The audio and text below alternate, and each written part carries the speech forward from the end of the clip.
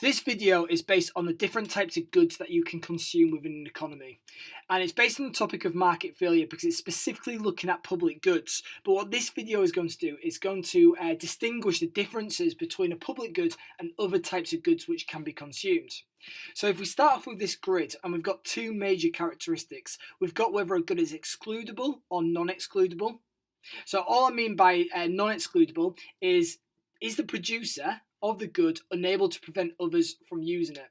If the producer is unable to prevent others from using it, then it is non-excludable.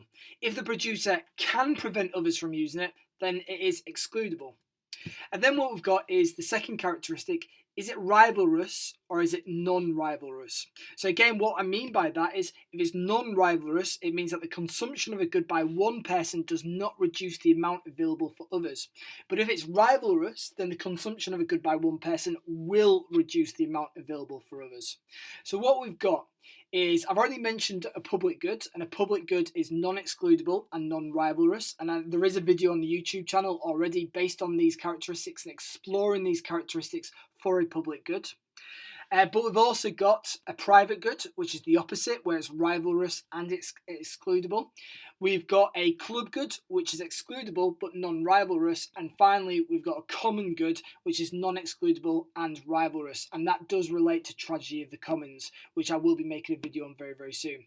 So again, just to remind you, we've got non-rivalrous. It means that the consumption of a good by one person does not reduce the amount available for others.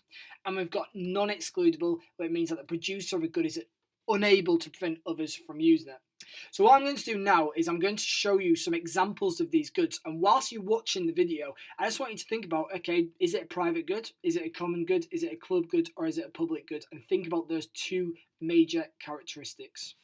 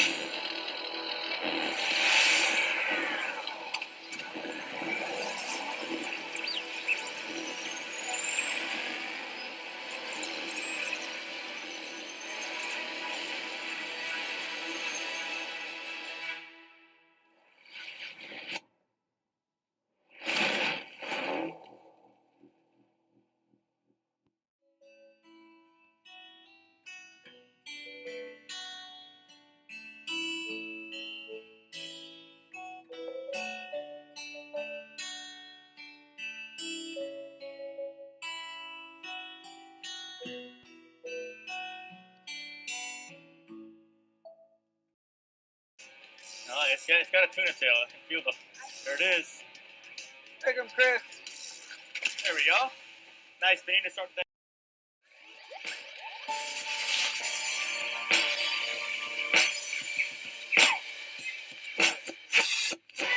We are the link, we're the tip in the sense of the big U.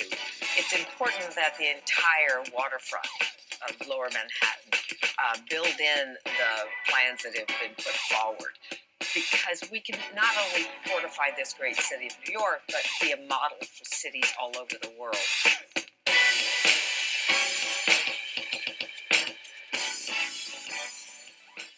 So as you could see from the videos, we had View Cinema, we had Zara Clothing, we had fishing, I think it was in Miami, and we had the flood defences that was being created in New York. And every single one of those goods does fit into a different category and different type of good based on the characteristics as mentioned before. So if we're looking at View Cinema, we would consider that a club good.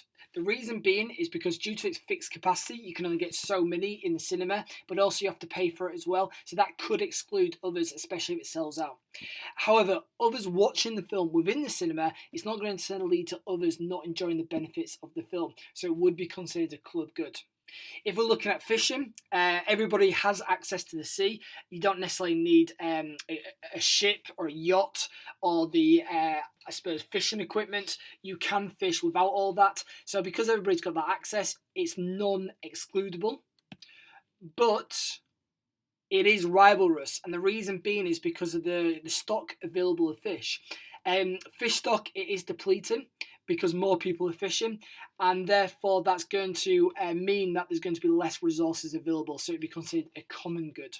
The Zara clothing, that would be considered to be a private good, because obviously if you buy the item of clothing and you're wearing it, then it excludes anybody else from buying that specific item that you've got in your hands. And also it is rivalrous because you're not allowing anybody else from enjoying the use of that item of clothing because you're the one who's wearing it. And the final one, the flood defences, would be considered a pure public good, as a good enables the protection of the whole community. It doesn't exclude anyone, but also everyone benefits from its use. So people who are living, for example, in New York, they will all benefit, even though they're not paying for it, they'll all benefit from it because it's obviously protecting them.